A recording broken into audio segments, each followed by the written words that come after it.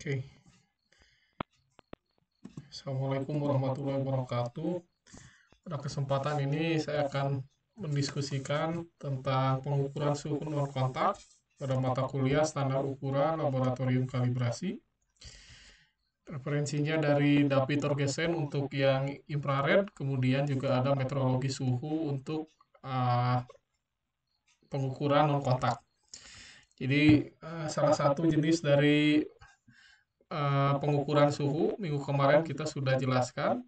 Jadi pengukuran suhu ini ada dua macam, ada kontak dan ada non kontak. Dan kali ini kita akan diskusikan pengukuran suhu dengan cara non kontak. Jadi non kontak ini adalah pengukuran suhu melalui radiasi panas yang dipancarkan oleh objek ukur. Kemudian objek ukurnya bisa bergerak, bisa juga yang berbahaya atau non aksesibel atau susah untuk dijangkau. Akan tetapi kekurangannya, obstacle-nya adalah dia hasil ukurnya kadang-kadang kurang teliti, kemudian juga hanya bisa untuk mengukur suhu permukaan atau surface temperature. Nah, ini adalah macam-macam termometer non kontak, ada pirometer optik, ada termometer radiasi, ada total, ada spektral. Kemudian dari tiga ini, dua yang pertama ini terkait dengan di cahaya tampak.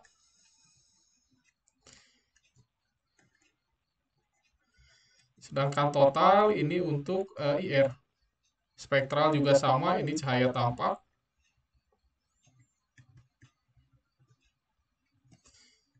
Tapi meskipun berbeda panjang gelombangnya, jadi ini dibedakan dari panjang gelombang. Kedua jenis termometer ini menggunakan prinsip yang sama. Ini dari pengukuran radiasi benda yang kemudian memancarkan suatu panjang gelombang. Nah, yang pertama adalah ini pirometer optik. Jadi di sini media termometriknya adalah lampu berfilamen pita. Ini adalah suatu lampu yang dapat menghasilkan temperatur yang sangat tinggi dan juga berpijar, sehingga ini masih bisa diukur, masih bisa ditangkap oleh mata.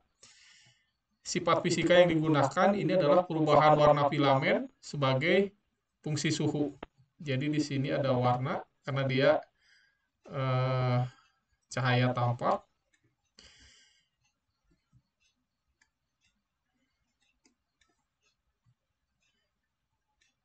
Jadi di sini cahaya tampak. Cahaya tampak ini nanti diwakili oleh warna, nanti yang sebanding dengan temperatur. Besaran yang diukur adalah arus listrik lampunya, dan rentang suhunya adalah antara 600 hingga 3000 derajat Celcius. Ya. Nah, ini adalah pirometer optik. Jadi pirometer optik ini menggunakan lampu filamen pita tungsten. Kemudian yang kedua adalah termometer radiasi spektral. Media termometriknya adalah radiasi panas. Kemudian sensornya adalah sensor cahaya atau fotodetektor.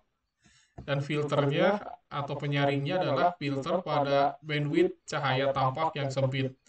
Jadi ini masih cahaya tampak, ya.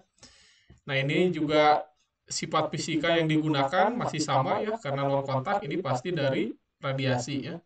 Radiasi yang sebanding dengan suhu. Kemudian nanti dari radiasi panas ini oleh sensor ini nanti diubah menjadi arus atau tegangan listrik. Nah, ini rentang suhunya relatif sama, ya, sekitar 1000 sampai 3000 derajat Celcius. Kemudian yang ketiga adalah termometer radiasi total. Ini media termometriknya sama, ini radiasi panas juga, mirip dengan sebelumnya, radiasi panas. Sensornya sama, ini fotodetektor, tapi untuk IR. Kemudian filter bandnya adalah filter untuk bandwidth IR yang lebar, ya. Nah, sifat fisikanya sama karena dia non kontak, itu pasti dari radiasi panas yang sebanding dengan suhu. Nah, ini sama hasil pengukuran dari sensornya berupa arus atau tegangan dari listrik DC. Nah, ini rentang suhunya lebih sempit dari minus 50 sampai 1000 derajat Celcius. Kemudian untuk kalibrasinya ini harus tertelusur ya. Jadi tertelusur ke standar nasional maupun ke standar internasional. Nah, ini ada pengertian dari kalibrasi ya. Ini mengingatkan kembali. Jadi kalibrasi ini adalah suatu kegiatan untuk menentukan kebenaran konvensional nilai penunjukan alat ukur dengan cara membandingkannya terhadap standar ukurannya yang tertelusur ke standar nasional atau standar internasional. Nah, ini juga pengertian tertelusur. Ini sebagai karakteristik hasil pengukuran yang dapat dihubungkan ya ke standar yang sesuai baik itu nasional maupun internasional melalui mata rantai perbandingan yang tidak terputus ya. Nah, ini kata kunci dari tertelusur. Nah, ini rantai ketertelusurannya dimulai dari alat ukur, nanti tertelusur ke standar kerja, dari standar kerja ini ke standar acuan, dari standar acuan ini ke standar nasional, dan standar nasional ini ke standar internasional. Nah, ini tentu saja disesuaikan dengan apa namanya besarannya ya, dengan besaran ukurnya. Oke, berikutnya untuk kalibrasi termometer ini ada 3 cara ya. Ada perbandingan, ada titik tetap, ada juga bisa simulasi ya. Nah, ini yang perbandingan tetap yang perbandingan ini seperti biasa ya. Jadi membandingkan apa namanya termometer standar dengan termometer uji ya.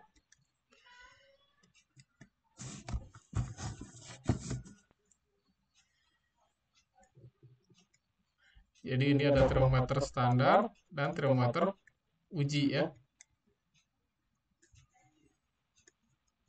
Jadi di sini termometer standarnya. Kemudian di sebelahnya ada termometer itu termometer uji, kemudian di sebelahnya ada termometer standar ya. Di sini. Kemudian dua-duanya dicelupkan pada satu media yang sama ya. Sehingga nanti didapatkan koreksi berupa selisih antara standar dikurangi dengan alat ya.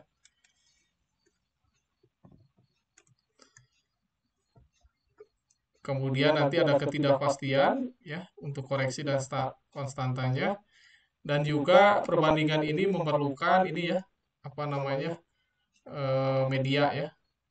Di sini ini medianya ya.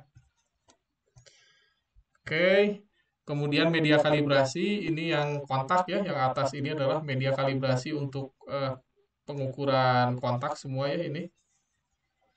Ini untuk pengukuran kontak ya. Sedangkan ini yang di bawahnya tungku ini adalah untuk yang non kontak ya. Oke, sekarang kita ke termometer standar. Ini yang dua pertama ini untuk kontak ya. Ada apa namanya termometer tahanan platina ya atau RTD. Kemudian ada termokokol tipe S. Kemudian untuk yang radiasi ini ada termometer radiasi standar untuk suhu di atas 962 derajat Celcius. Kemudian ini metode titik tetap, ini biasanya digunakan untuk termometer standar. Nah, ini titik tetapnya ini didefinisikan dari ITS 90 ya. International Temperature Scale ya. Kemudian untuk metode simulasi ini digunakan untuk display ya, untuk temperatur indikator. Jadi untuk mengubah dari apa namanya dari volt ya, dari milivolt ini diubah menjadi untuk termokouple itu menjadi derajat Celcius ya. Nah, ini dengan apa? Dengan tabel ya. Nah, ini ya. Nah, dengan tabel ini ya. Oke, berikutnya adalah kita penjelasan tentang termometer inframerah ya, sebagai termometer atau alat ukur suhu non kontak yang banyak dipakai saat ini, terutama terkait dengan pandemi COVID-19 ya. Jadi sebagai outline nanti akan dijelaskan apa itu termometer inframerah, kemudian keuntungannya, kemudian apa yang harus diperhatikan pada saat pemakaiannya, kemudian prinsip kerjanya, kemudian ada juga pengukuran untuk bahan-bahan tertentu ini agak berbeda, kemudian jenis-jenis dari termometer inframerah itu apa saja, dan nanti juga akan kita simpulkan. Oke, termometer inframerah adalah perangkat yang digunakan untuk mendeteksi inframerah dari objek untuk mengukur suhu ya. Nah, ini bentuk atau contoh dari termometer inframerah yang banyak kita jumpai sekarang, yang bentuknya mirip dengan pistol sehingga disebut sebagai termogan ya. Kemudian ini adalah keuntungan dari termometer infrared. Jadi ini adalah ya keuntungan dari pengukuran suhu secara non kontak ya. Jadi dia pengukurannya cepat, kemudian bisa mengukur benda bergerak, kemudian bisa mengukur benda atau bahan yang berbahaya atau objek yang tidak bisa dijangkau ya. Kemudian bisa mengukur suhu yang tinggi di atas 1000 derajat. Kemudian juga bebas gangguan atau tidak ada energi hilang dari objek ya. Kemudian karena non kontak dia tidak ada resiko untuk terkontaminasi ya. Jadi ini misalnya untuk pandemi COVID-19 ini aman ya. Kemudian tidak ada efek mekanik ya pada permukaan karena tidak ada penekanan atau kontak. Kemudian termometer ini juga bisa mengukur suhu dari permukaan yang lunak ya, karena dia non kontak ya. Nah, apa yang harus diperhatikan pada saat penggunaan termometer inframerah? Yang pertama adalah objeknya ini harus terlihat secara optik pada termometer inframerah ya. Jadi kalau misalnya ada debu, apalagi konsentrasinya tinggi atau asap, ini bisa membuat pengukurannya menjadi tidak akurat ya. Kemudian sensor inframerahnya ini harus jelas ya. Harus dilindungi dari debu, asap atau cairan yang mudah mengembun ya. Nah, karena ini bisa menghalangi deteksi ya, deteksi temperaturnya. Kemudian biasanya termometer ini digunakan untuk pengukuran suhu permukaan ya. Nah, prinsip kerjanya adalah secara mendasar ini jadi setiap benda pada dasarnya adalah terdiri dari kumpulan atau susunan molekul-molekul. Kemudian pada saat molekul-molekul ini dipanaskan ya, nanti intensitas pergerakannya akan semakin meningkat. Kemudian pergerakan tersebut menunjukkan adanya transfer muatan atau charge transfer ya. Nah, perpindahan muatan ini yang menyebabkan gelombang elektromagnetik dilepaskan ya. Kemudian pada suhu 0 mutlak ya atau 0 Kelvin itu semua benda energi kinetiknya 0 sehingga tidak ada pergerakan, otomatis tidak ada perpindahan muatan, otomatis dia tidak memancarkan gelombang elektromagnetik. Dalam hal ini tidak memancarkan radiasi dari inframerah. Nah, ini rentang dari gelombang elektromagnetik. Jadi ada gamma ya, sinar gamma, sinar X, dan UV. Ini adalah untuk gelombang-gelombang yang panjang gelombangnya sangat pendek, artinya dia energinya sangat tinggi. Sedangkan untuk cahaya tampak, kemudian inframerah ini, kemudian nanti ke gelombang radio ini panjang gelombangnya semakin besar ya. Semakin besar, otomatis energinya semakin kecil. Nah, termasuk di sini infrared. Infrared ini rentang kerjanya atau rentang panjang gelombangnya cukup lebar ya, antara 0,8 mikrometer hingga sekitar 14 mikrometer ya. Jadi ini adalah rentang dari infrared ya. Nah, bagaimana termometer infrared ini bekerja? Dapat kita lihat dari gambar ini. Jadi target atau benda yang diukur pada suhu yang di atas 0 Kelvin ini pasti memancarkan gelombang elektromagnetik. Dalam hal ini radiasi infrared ya. Radiasi infrared ini menembus atmosfer, kemudian nanti dibaca oleh detektor, kemudian nanti diolah ini menjadi suhu ya. Nah, radiasi inframerah ini tidak bisa dilihat oleh manusia, oleh mata manusia, tetapi bisa dibaca oleh sensor inframerah ya. Nah, ini ya skema pengukurannya. Kemudian berikutnya tentang emisivitas ya. Nah, emisivitas ini sangat penting dalam pengukuran suhu non kontak ya, khususnya yang infrared. Jadi emisivitas ini adalah rasio dari energi radiasi suatu objek pada suhu tertentu terhadap energi radiasi yang dipancarkan oleh radiator sempurna atau dalam hal ini black body ya, pada suhu yang sama ya. Nah, ini adalah pengertian dari emisivitas. Nah, nilai emisivitas ini antara 0 sampai 1, di mana untuk benda hitam ini nilainya 1,0 ya.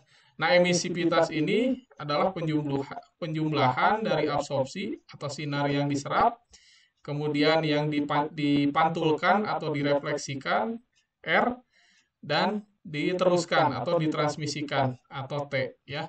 Sehingga emisivitas ini adalah A plus R plus T sama dengan 1 ya. Nah, kalau kita lihat dari gambarnya ini sumber panas, ini memancarkan gelombang atau radiasi inframerah ini mengenai benda sehingga dipancarkan kembali ini panjang gelombang tersebut dalam bentuk T.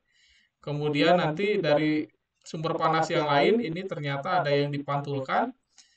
Kemudian selain yang dipantulkan dan diteruskan juga ada yang dipancarkan kembali atau emitted radiation ya. Kemudian semua radiasi ini akan dibaca oleh sensor ya. Nah,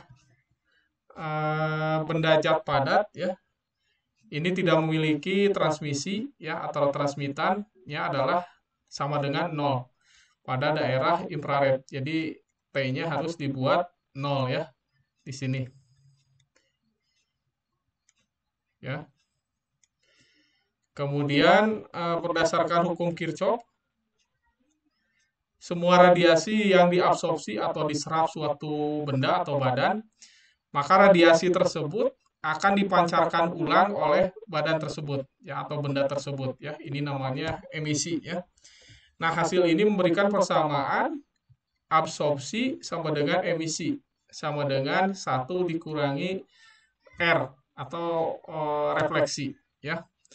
Nah, untuk benda hitam refleksinya 0 sehingga emisinya sama dengan 1 ya.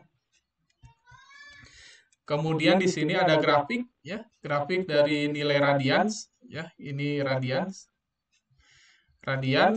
terhadap panjang gelombang. Jadi grafik ini menunjukkan radiasi dari benda hitam ideal pada suhu yang bermacam-macam ya, dari 200 Kelvin sampai 6000 Kelvin ya. Nah, kalian lihat di sini puncak gelombangnya ini semakin geser ke panjang gelombang yang lebih pendek, alias energinya semakin besar ya, atau semakin tinggi.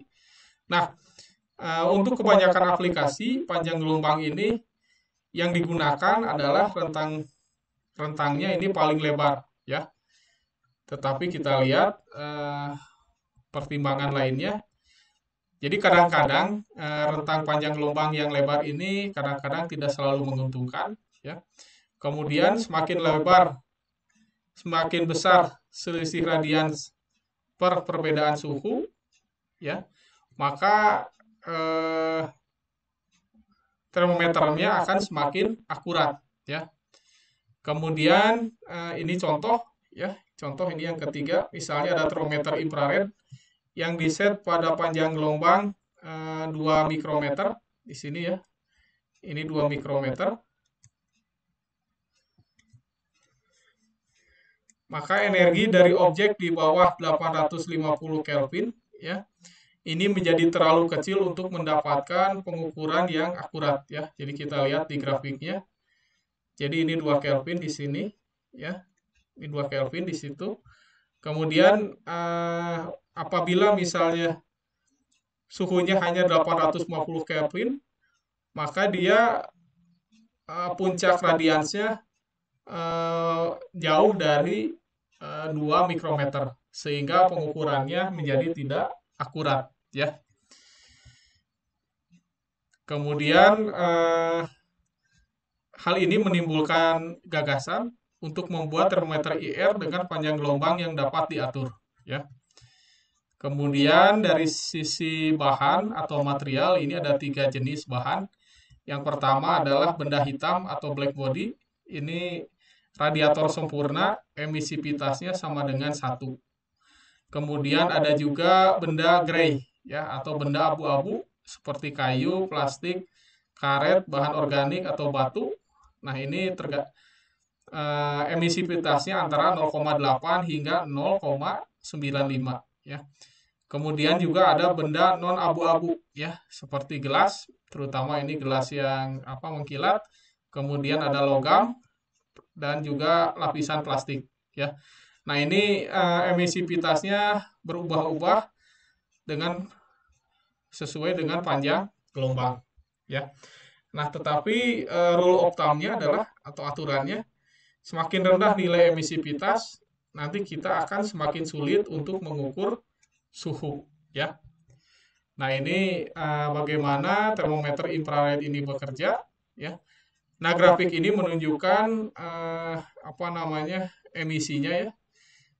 Emisi dari macam-macam benda, ada black body yang 1,0, ada yang grey, biru ini, ya, 0,9. Kemudian ini yang turun naik, ini adalah untuk benda yang non grey atau non abu-abu, ya. Nah, ini special case bagaimana kita menangani pengukuran untuk logam, misalnya yang permukaannya mengkilat, ya. Nah, di sini nanti treatmentnya adalah karena dia memantulkan cahaya, jadi kita harus memilih daerah yang emisitasnya tinggi, ya. Jadi kita harus kalau dia refleksinya dia tinggi, ya, maka dia emisitasnya jadi rendah, ya, karena emisivitas atau sama dengan absorban, ya. Jadi emisivitas itu adalah 1 dikurangi R, ya. Jadi kalau R-nya makin besar, emisivitasnya makin kecil, ya. Kalian jangan lupa di sini. Jadi di sini adalah 1 dikurangi R, ya. Jadi kalau R-nya makin besar, otomatis emisivitasnya makin kecil, ya. Nah, di sini kita harus memilih termometer infrared yang mengukur radiasi inframerahnya pada panjang gelombang tertentu, pada rentang suhu tertentu, di mana logam ini memiliki emisivitas tertinggi, ya. Jadi kita harus mencari emisivitas yang tertinggi, ya. Nah, di sini kita lihat ternyata dari penelitian persen pengukuran yang kesalahan pengukuran ini yang relatif kecil pada saat menggunakan panjang gelombang yang 1,0 mikrometer ya. Sehingga apa namanya? Panjang gelombang yang dipilihnya adalah antara 0,8 hingga 1 mikrometer ya. Nah, sekarang ini bagaimana kita mengukur suhu dari plastik yang mengkilat ini ya. Nah, kita lihat sifat spektralnya. Jadi kita lihat di sini transmitan ya, T ya di sini. T-nya ini bervariasi dengan panjang gelombang dan juga sebanding dengan ketebalan ya, dengan thickness ya. Ya, dengan ketebalan. Ya, dengan thickness. Jadi material tipis ini lebih mudah untuk mentransmisikan atau memindahkan ya, untuk memindahkan gelombang. Kemudian yang paling penting adalah kita memilih panjang gelombang di mana transmitannya atau nilai T-nya hampir 0 ya, hampir 0 berarti di sini ya. Daerah sini dan daerah sini ya. Sehingga untuk polietilen ini yang transmitannya 0 ya. Ini adalah pada 3,43 ya. Sedangkan untuk polyester itu di antara 7,8 hingga 8,8 ya. Kenapa transmitannya harus 0? Ini supaya apa namanya? Untuk memperbesar nilai dari emisivitas ya. Jadi A, kalian jangan lupa rumusnya A plus T plus R itu sama dengan 1 ya. Dimana di sini A-nya sama dengan emisivitas ya, A sama dengan E tadi ya. Sama dengan 1 dikurangi R ya, dengan asumsi memang T-nya sama dengan 0 ya. Berarti tidak ada radiasi yang ditransmisikan ya. Kemudian di sini kita lihat ini untuk kaca ya.